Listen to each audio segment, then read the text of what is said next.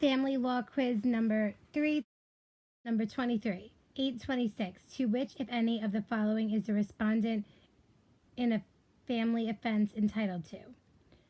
And the only answer here was A, a 3-day adjournment following his or her first appearance in family court.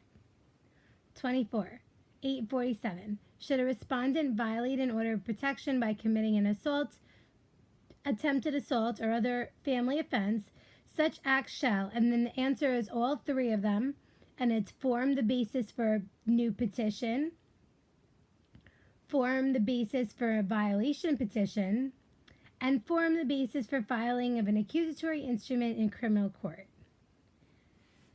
25, 755. The maximum duration of any term or condition of a suspended judgment in this stupid article is 1 year, unless the court finds at the conclusion of that period exceptional circumstances require a fucking extension of another year. 26. The court may issue a warrant in the FCA Article 7 proceeding directing that the respondent and the person responsible for his care, the parent or person he is domiciled with, be brought before the court when a petition is filed. 27. A warrant in Article 7 expires at 6 months, unless extended for an additional period of not more than 6 months upon application by petition for good cause shown. So basically, everybody knows that, the certificate of warrant that's issued by the clerk, that thing expires in 90 days. But what I'm talking about now is the actual warrant itself expires. In Article 7, it expires in 6 months. And it can get one more stupid extension for 6 months. 758, this is true or false. Restitution may be a condition of placement, probation, or suspended judgment, and that is true. Again, this is 758-A. Restitution may be a condition of placement, probation, or suspended judgment, and in Article 7 pins. And that was number 28. Number 29, restitution may not be ordered unless a case involves an infant over 10 and less than 16. I'm not sure why that's true, but it is true. I read it. Number 30, this is also true. In Article 7, the maximum restitution is $1,000. So $1,500 in Article 3, $1,000 in Article 7, and in Article 8, it's $10,000. 631. At the conclusion of a dispositional hearing on a petition for the commitment of the guardianship and custody of the child, the court shall enter an order of disposition. So question 31 is asking you to know what are the appropriate dispositions. Now, I got this question wrong because it had the suspended judgment thing on it, and I got every single suspended judgment question wrong. But now that I think I got it, let's see how I can make these all true. Number 1, dismissing the petition. No, that's true. Number 2, suspending judgment for 1 year unless the court finds a conclusion that exceptional circumstances require an extension of that period for up to 1 additional year. So the reason that number 2 is wrong is because there's no successive extensions. You get the 1 year, and then there could be an additional 1 year, but that's it. 3, committing the guardianship and custody of the child to the petitioner on such conditions, if any, as it deems proper. So the answer should have been B, 1 or 3, but not 2. And it is. Okay, so number 32, this is a messed up question in 720 because we must have not updated the new rules regarding detention of an alleged PINS in New York City. So, in New York City, we got it. But outside of New York City, the Division of Youth is not included, I don't think, anymore. You know what? I have to get those papers that Jackie gave me. Family quiz number 3. So in fact-finding hearing, the evidence that can be submitted is always going to be competent material relevant. Okay, number 3. If the court decides to suspend judgment in a neglect, The maximum period of the suspended judgment shall be 1 year, and the fucking extension is only 1 year. That's it. You get 1 year, and then you can get up to 1 year extension. Now, that is true whether we're talking about a neglect in Article 10 or in Article 6, which is termination of parental rights. The question here labels it as 633, and then it says neglect, but actually it doesn't even matter what it says, because both neglect and Article 6, so Article 10 and Article 6, it's both 1 year. Number 4, 717, proper venue for appends is the county where the acts or acts referred to in the petition occurred. So A, one only. 737, this is number 5. A summons in appends proceeding must be served by delivery of a true copy thereof to the person summoned at least 24 hours before the time stated therein for appearance.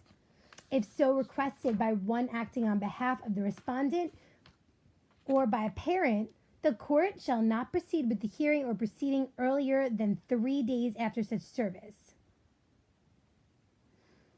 664. I knew this question would show up somewhere. So it wasn't in the civil section that we had to do, but hopefully everybody remembered it. The court may not conduct an in-camera interview of an infant to a custody proceeding unless a stenographic record is made.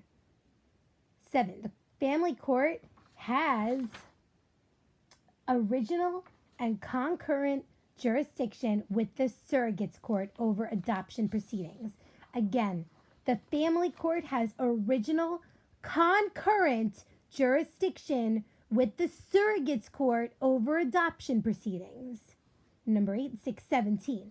Service of a summons and petition under this part shall be made by delivery of a copy thereof, a true copy thereof, to the person summoned at least 20 days before the time stated therein for appearance. So again, this one is 20 days. Articles 4 and 5 are 8 days, and then I think pretty much like 7, 10, and 3 are all 24 hours. The family court has like jurisdiction and authority as is now conferred on county and surrogate's court as concerning the guardianship of a minor. 10. 617. In a neglect proceeding, service of the petition of the summons shall be seated. Now again, this is a problem question because it says neglect, but it's not supposed to be neglect. It's supposed to be termination of parental rights. And it does make a difference in this question. So this question is totally fucked up. But obviously you should have figured out that since 24 hours wasn't an option, to go with D, 20 days. 745, number 11, at a dispositional hearing in a appends proceeding, only evidence that is material and relevant may be admitted. Members of the same family or household. So members of the same household include, and this is question number 12, and the answer is A. So let me just read them. It's persons related by consanguinity or affinity, so that means by blood or marriage. 2, persons legally married. 3, persons formally married. 4, persons who have a child in common. That definition does get more complicated, but I think I have it in another video. Venue in a family offense proceeding is properly located in the following places.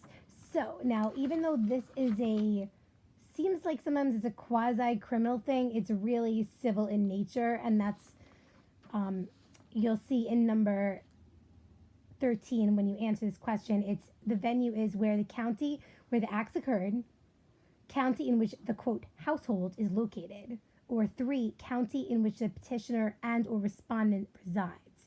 So it could be any of those 3, and that's why it's more civil in nature. In a family court, a family offense proceeding, which any of the following are entitled to free representation if indigent? And the answer is C, both petitioner and respondent. 821, when a respondent is produced before the family court on a family offense proceeding, which, if any, may be done by the family court judge. So, number 15, it's number 15, the answer is A, which is all of them.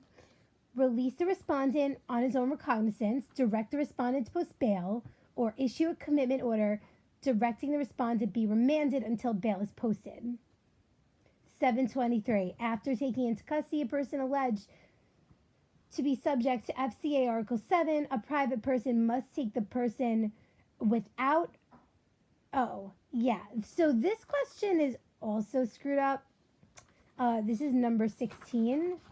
And the question is screwed up because the answer C that's listed on the answer key says without necessary delay.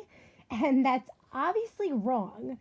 So, yeah, if you got that one wrong, don't worry about it. 17.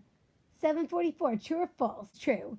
Because it's a fact-finding hearing and it's a repeat question. Competent material relevant. Fact-finding Article 7, proof beyond a reasonable doubt. It has to be proof beyond a reasonable doubt. That's quantum of proof. Only evidence that is material and relevant may be admitted at a dispositional hearing, so that is false. Number 19 is false because it doesn't have to be competent, which usually means hearsay is okay. 20, 745, an adjudication at the conclusion of a dispositional hearing must be based on preponderance, and that is true. 21, a fact-finding hearing shall commence not more than blank days after the filing of a petition under Article 7 of the FCA if the defendant, they mean respondent, is in detention. Number 21, the answer here is listed as B. So 3 days. Yeah, it's 3 days. A fact-finding hearing shall commence not more than 3 days after the filing of a petition under Article 7 if the respondent is in detention. So basically, in Article 3, if you're not sure, guess 3 days. Who may originate a family offense proceeding? So number 22, this is coming right out of 822. And it's any member of the named respondent's household, a duly authorized association, or a person on the court's own motion. So the answer is D, 1, 2, and 4, but there is a much bigger list to that.